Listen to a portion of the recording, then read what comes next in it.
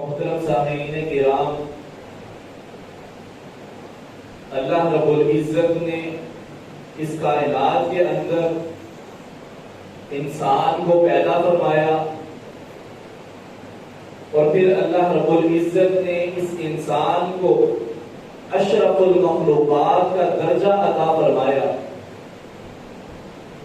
اور یہ درجہ ملا کس وجہ سے کہ اللہ رب العزت نے اس انسان کو عقل عطا کی ہے۔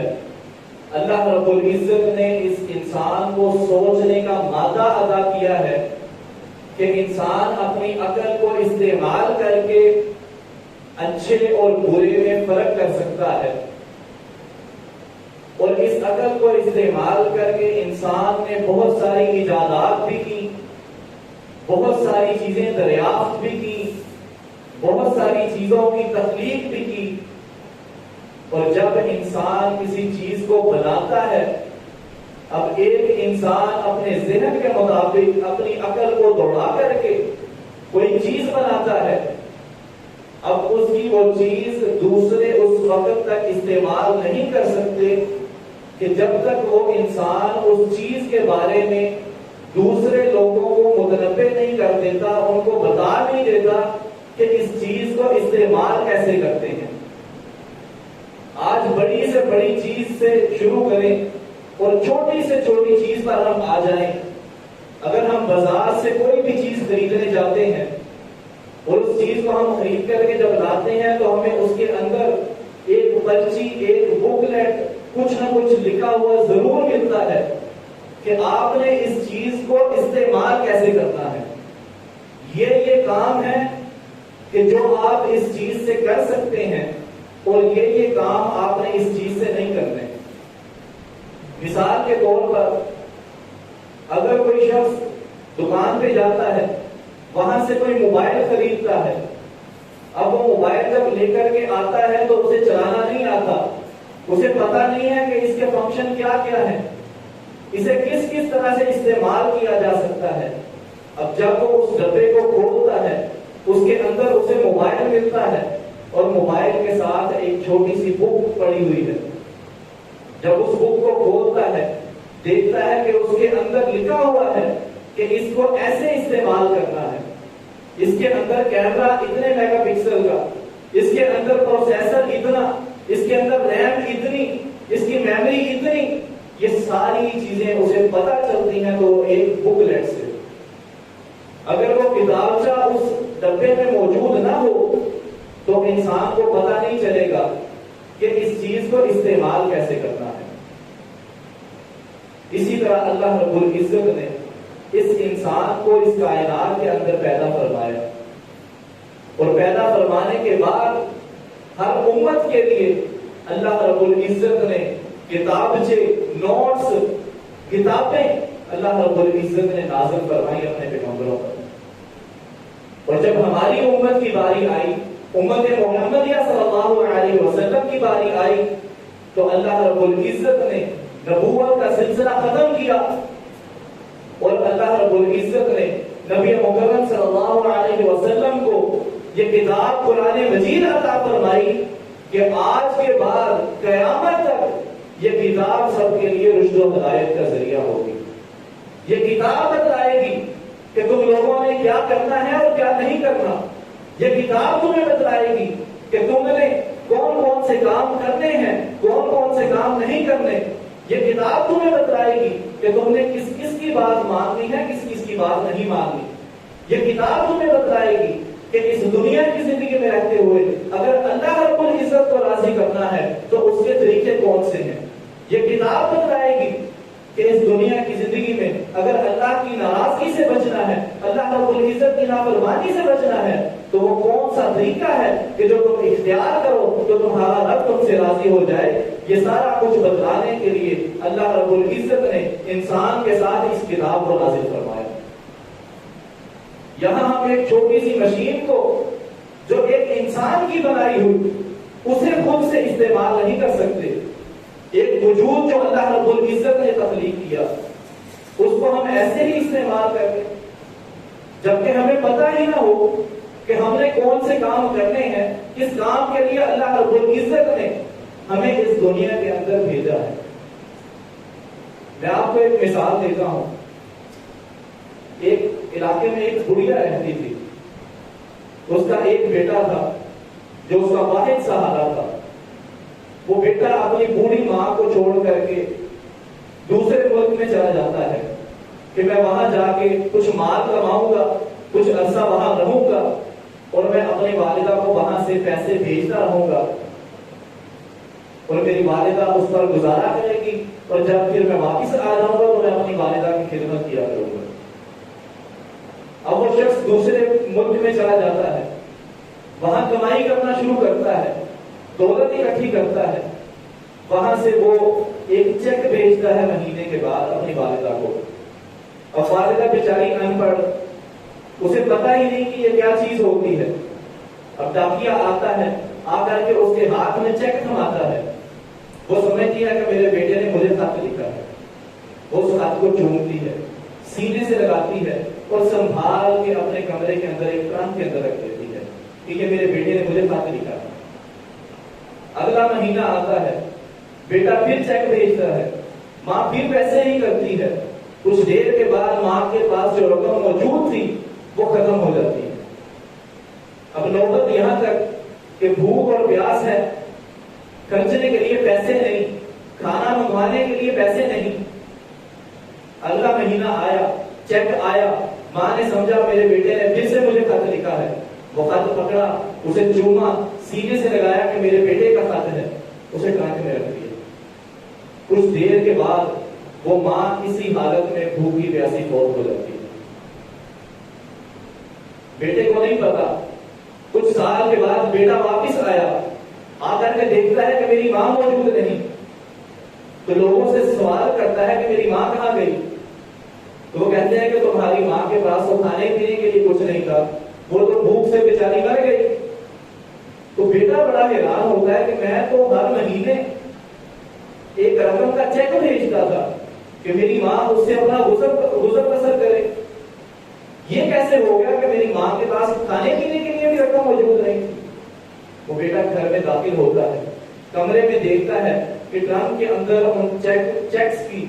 ایک بڑی تعداد موجود ہے، جو ہر مہینے وہ بھیجتا رہا چیک، وہ سارے وہاں پر جمع کیے ہوئے پڑے ہیں، لیکن وہ چیک اس کی والدہ کے، اس کی ماں کے کام نہ آ سکے، کیونکہ اس کی والدہ کو پتہ ہی نہیں تھا کہ یہ چیز کیا ہے، ان پڑھ تھی، نہیں پتا تھا کہ یہ چیک ہے، اس کو کیش کروا کر کے میں پیسے استعمال کر سکتی ہوں۔ اس کا نتیجہ کیا نکلا کہ اس عورت کی موت واقع ہو گئی۔ اسی طرح اللہ رب العزت نے یہ کتاب ہمیں دی ہے، اس کتاب کو ہم پڑھتے تو ہیں کہ آج تک ہم نے یہ کوشش کی ہے کہ ہم اسے ذرا سمجھ کر دیکھیں تو صحیح۔ ہم نے اوپر انگلی لگی، الف لام میم ذالک الکتاب لا ریب فیہ ھدی للمتقین، متقین کے لیے ہدایت تو یہ ہے، لیکن ہدایت کب بنے گی؟ جب ہم اسے سمجھنے کی کوشش کریں گے۔ اگر انگلی رکھ کر کے پڑھتے جائیں گے تو تلاوت کرنے کا ثواب تو مل جائے گا، لیکن جو اللہ رب العزت نے اس قرآن کے اندر احکامات نازل کیے ہیں کہ میرے بندوں یہ کام تم لوگوں نے کرنے ہیں اور یہ کام، ان کاموں سے تم نے باز رہنا ہے، ان کاموں سے بچ کر کے رہنا ہے، وہ ہمیں کیسے پتا چلے گا؟ جب ہم اس کتاب کو پڑھنے کی کوشش کریں گے۔ صحابہ کرام رضوان اللہ علیہم اجمعین بیان کرتے ہیں کہ جب اللہ رب العزت کے پیارے پیغمبر صلی اللہ علیہ وسلم پر وحی نازل ہوتی، ہم صرف 10 آیات لیتے، ان کو پڑھتے، ان کو یاد کرتے، ان کو سمجھتے کہ اس کے اندر کیا احکامات نازل ہوئے ہیں، اور پھر ان احکامات پر ہم عمل کرتے، اس کے بعد ہم اگلی 10 آیات کو پڑھتے۔ لیکن آج ہم میں سے بہت سارے لوگ ہیں کہ جنہیں یہ قرآن دیکھ کر بھی پڑھنا نہیں آتا، اور اگر پڑھنا آتا ہے تو ہمیں پتہ ہی نہیں ہے کہ اس قرآن کے اندر اللہ نے ہمیں حکم کیا دیا ہے۔ جب ہمارا قرآن کے ساتھ یہ رویہ ہو، آج ہم نے قرآن کا مقصد تو یہ تھا کہ لوگ اس کو پڑھیں گے۔ اللہ رب العزت قرآن میں فرماتے ہیں وَلَقَدْ يَسَّرْنَا الْقُرْآنَ لِلذِّكْرِ فَهَلْ مِن مُّدَّكِرٍ کہ میں نے نصیحت حاصل کرنے کے لیے ہم نے اس قرآن کو آسان بنایا ہے کوئی نصیحت حاصل کرنے والا؟ لیکن آج ہم نے اس قرآن کے ساتھ کیا رویہ کیا؟ اپنے گھروں کے اندر ایک اونچا تاخچہ بناتے ہیں، قرآن کو ایک غلاف میں لپیٹتے ہیں، گرا لگاتے ہیں اور اس قرآن کو پکڑ کر کے باہر رکھ دیتے ہیں۔ ہفتے بعد 2 ہفتے بعد جب کبھی کسی کی نظر پڑی، اسے اٹھایا، مٹی جھاڑی، صاف کیا اور پھر سے باہر رکھ دیا۔ یہ ہمارا قرآن کے ساتھ رویہ ہے۔ اگر کوئی جھوٹ بول رہا ہے، کوئی چوری کا معاملہ ہے، تو پھر یہ قرآن یاد آتا ہے کہ آؤ ذرا مسجد چلتے ہیں، وہاں قرآن پہ ہاتھ رکھو۔ ہم نے صرف اس کو ہدف اٹھانے کے لیے، قسمیں اٹھانے کے لیے ہم نے اس قرآن کو استعمال کیا۔ شادی ہے، بیٹی کے سر کے اوپر قرآن کا سایہ کرو اور اس سائے میں اسے رخصت کرو۔ یہ نہیں کیا کہ اس بیٹی کو ساری زندگی میں یہ قرآن ترجمہ اور تفسیر کے ساتھ پڑھایا ہوتا، اس بیٹی کو سمجھایا ہوتا کہ اس قرآن کے اندر اللہ نے کیا حکم دیا ہے۔ ہم نے یہ کام نہیں کیا، بلکہ ہم نے کہا کہ جب وہ 20-22 سال کی ہو جائے گی، نکاح کا وقت آئے گا، ہم قرآن اٹھائیں گے، اس کے سر پر رکھ کر قرآن کے سائے میں ہم اس کو رخصت کرتے ہیں۔ قرآن اس لیے تو حاضر نہیں ہوا، لیکن آج ہمارا قرآن کے ساتھ رویہ، ہم نے صرف اسے ہدف اٹھانے کے لیے، قسمیں اٹھانے کے لیے اور رخصتی کے وقت سر پر رکھنے کے لیے ہم نے اسے استعمال کیا۔ اگر کوئی بڑی چراغ لگاتا ہے تو اپنے بیٹے کو حافظ قرآن بنا دیتا ہے۔ حافظ قرآن کا درجہ اپنی جگہ، اس کا مقام اپنی جگہ، اس کا اجر اپنی جگہ، لیکن ایک شخص کو آپ کتاب زبانی یاد کروائیں اور اسے پتا نہ ہو کہ کتاب میں لکھا کیا ہے، کتاب کا مطلب کیا ہے، جو میں نے یاد کیا ہے اس کو کرنا کیا ہے۔ صرف تلاوت کرنے کے لیے تو نہیں آیا تھا یہ قرآن، اللہ رب العزت نے تو اس لیے نازل کیا تھا کہ اس کو یاد بھی کرنا ہے، لیکن اس کو سمجھنا بھی ہے، سمجھ کر اس پر عمل بھی کرنا ہے۔ لیکن ہم اپنے بچوں کو حافظ قرآن کو بنا دیتے ہیں، ان کو قرآن زبانی یاد تو کروا دیا، اچھے لہجے میں پڑھنا سکھا دیا، لیکن کیا ہم نے اپنے بچوں کو یہ بھی سمجھایا کہ بیٹا اس کا ترجمہ بھی پڑھو، ذرا اس کی تفسیر بھی پڑھو، ذرا اس کو سمجھو تو صحیح کہ جو تمہارے سینے میں، تمہارے دل میں جو قرآن حفظ کیا تم نے، جو تمہارے ذہن میں موجود ہے، کیا تمہیں پتا بھی ہے کہ اللہ رب العزت اس قرآن میں کیا کیا رہے ہیں؟ اللہ رب العزت ہمیں کن چیزوں کا حکم دے رہے ہیں؟ نہیں، ہمارا صرف اگر کوئی بہت زیادہ دھیان ہے تو ہم صرف اس قرآن کو اوپر سے پڑھنے کی کوشش، اس سے زیادہ آگے بڑھے تو حفظ کر لیا اور اس کے بعد ہماری کوئی کوشش نہیں۔ اللہ قلیل کو چند لوگ کہ جو اس قرآن کو سمجھنے کی کوشش کرتے ہیں۔ میرے محترم بھائیوں، اللہ رب العزت نے اس قرآن کو ہماری رشد و ہدایت کا ذریعہ بنایا۔ اللہ رب العزت نے اس کو نصیحت حاصل کرنے کے لیے، اللہ رب العزت نے اس کو سمجھنے کے لیے، سمجھ کر کے عمل کرنے کے لیے اللہ رب العزت نے اس قرآن کو نازل کیا۔ اللہ رب العزت اس قرآن کے مقصد کو قرآن مجید میں 12 مقامات پر اللہ رب العزت بیان کرتے ہیں۔ سورہ بنی اسرائیل ہے، اللہ رب العزت فرماتے ہیں کہ اے میرے بندوں، میں نے اس قرآن کو سیدھے راستے کی ہدایت کے لیے نازل کیا۔ اور پھر یہاں تک بس نہیں، اللہ رب العزت فرماتے ہیں کہ یہ قرآن یہ تمہارے لیے شفا بھی ہے، یہ تمہارے لیے رحمت کا ذریعہ بھی ہے۔ آج اگر ہمیں کوئی جسمانی مرض لاحق ہو جائے تو ہم کیا کرتے ہیں؟ ہم اٹھتے ہیں، کسی طبیب، کسی حکیم، کسی ڈاکٹر کے پاس جاتے ہیں، جا کر کے علاج کرواتے ہیں، اپنا چیک اپ کرواتے ہیں کہ مجھے یہ مسئلہ ہے، اس کے ٹیسٹ کرواتے ہیں، ڈاکٹر ہمیں میڈیسن لکھ کر کے دیتا ہے، ہم اس میڈیسن کو استعمال کرتے ہیں، صحت یاب ہو جاتے ہیں۔ کبھی ہم نے یہ سوچا کہ جسمانی بیماری کا علاج تو ہم کر رہے ہیں، لیکن اگر ہمیں کوئی روحانی بیماری لاحق ہے تو پھر ہم کیا کرتے ہیں؟ اگر ہمارے دل کو سکون نہیں ہے تو ہم سکون حاصل کرنے کے لیے کیا کرتے ہیں؟ میوزک سنتے ہیں، فلمیں دیکھتے ہیں، ہم ادھر ادھر کی باتیں، ناولز، کتابیں پڑھنے میں ٹائم ضائع کر دیتے ہیں۔ لیکن جو اللہ رب العزت نے ہمارے دلوں کے سکون کے لیے یہ کتاب نازل فرمائی تھی، الا بذکر اللہ تطمئن القلوب، کہ اللہ رب العزت کے ذکر میں ہی دلوں کا سکون ہے۔ جب ہمیں روحانی مرض لاحق ہوتا ہے تو ہم اس کے لیے کچھ نہیں کرتے، اور اگر کرتے بھی ہیں تو وہ ایک غلط راستے پر چلنے کی کوشش کرتے ہیں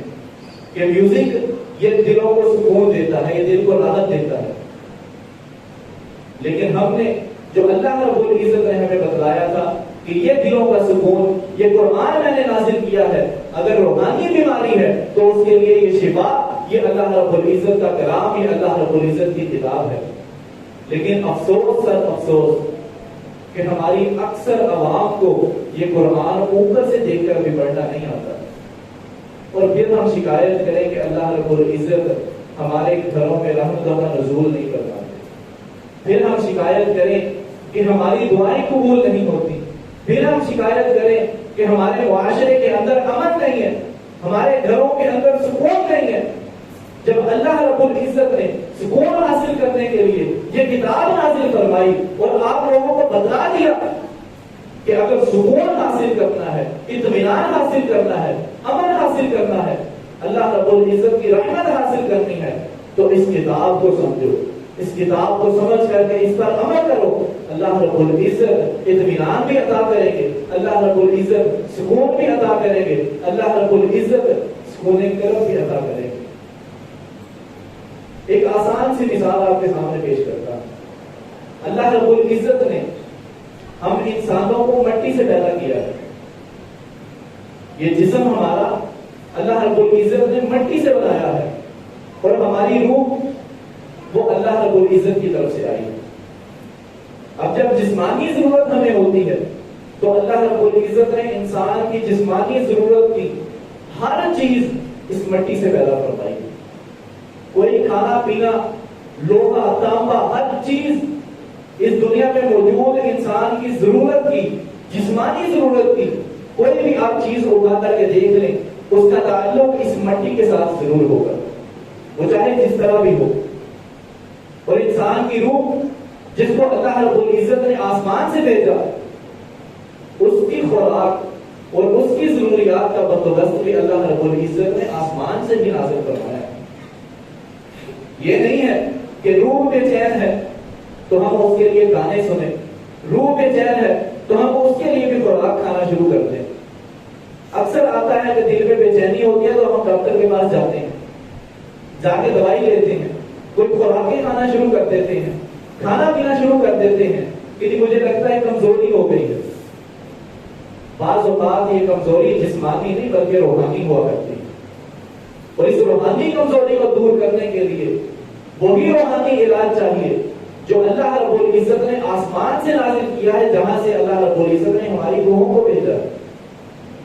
اور وہ دین اسلام، وہ اللہ رب العزت کا یہ کلام، اللہ رب العزت کی یہ کتاب قرآن مجید ہے۔ آئیے آج ہم اللہ رب العزت کے اس کلام کو نہ صرف پڑھیں بلکہ اس کو سمجھنے کی بھی کوشش کریں۔ اور آج ہمارے معاشرے کے اندر ایک بڑا ایک عام رواج سا پایا جاتا ہے کہ ہم قرآن کا ماشاءاللہ اتنا ادب کرتے ہیں کہ ہم اس کو چومتے بھی ہیں، ہم اس کو سینے سے بھی لگاتے ہیں، لیکن ہم اس کو کھول کر دیکھتے نہیں۔ میں آپ کے سامنے ایک اور مثال پیش کرتا ہوں کہ اگر کوئی شخص میڈیکل کا اسٹوڈنٹ ہے، اسے میڈیکل کی اتنی موٹی موٹی کتابیں دی جائیں کہ بھائی اسے پڑھو گے تو تم ڈاکٹر بن جاؤ گے، اور وہ شخص اس کتاب کو پڑھے گا بلکہ اسے چومے، سینے سے لگائے، صرف اتنا کام ساری زندگی کرتا ہے، وہ ڈاکٹر بن سکتا ہے؟ کیوں میرے بھائی؟ اس عمل سے وہ ڈاکٹر بن جائے گا؟ نہیں نا۔ تو جب اس عمل سے وہ ڈاکٹر نہیں بن سکتا تو ہم مسلمان اور مسلمانوں کے لیے اللہ رب العزت نے اس کتاب کو نازل فرمایا، اور ہم اس کتاب کو صرف چومیں، صرف سینے سے لگا لیں اور اس سے ہم سمجھے کہ ہم بڑے پکے مسلمان؟ نہیں میرے بھائی، اس کو کھولنے کی ضرورت ہے، اسے کھول کر کے اسے پڑھنے کی ضرورت ہے، اور صرف پڑھنے کی نہیں بلکہ پڑھنے کے بعد اسے سمجھنے کی اور سمجھ کر کے عمل کرنے کی بھی ضرورت ہے۔ اگر ہم اسے صرف سینے سے لگائیں، صرف چومتے رہیں تو ساری زندگی ہم یہ عمل کرتے ہیں تو یہ ہمیں کوئی فائدہ نہیں دے گا۔ لیکن اگر ہم اسے چومنے اور سینے سے لگانے کے ساتھ ساتھ اس کو سمجھ کر کے اپنے اس 5-6 فٹ کے جسم پر اس کا عمل بھی دکھلائیں گے کہ ہم نے اس قرآن کو سمجھا، ہم نے اس پر عمل بھی کیا، تو پھر ہم کامیاب ہو سکتے ہیں۔ اللہ رب العزت سے دعا ہے کہ اللہ رب العزت ہمیں اس قرآن کو سمجھ کر کے اس پر عمل کرنے کی توفیق عطا فرمائے۔ اقول قولی ھذا استغفر اللہ لی ولکم ولسائر المسلمین وما توفیقی الا باللہ۔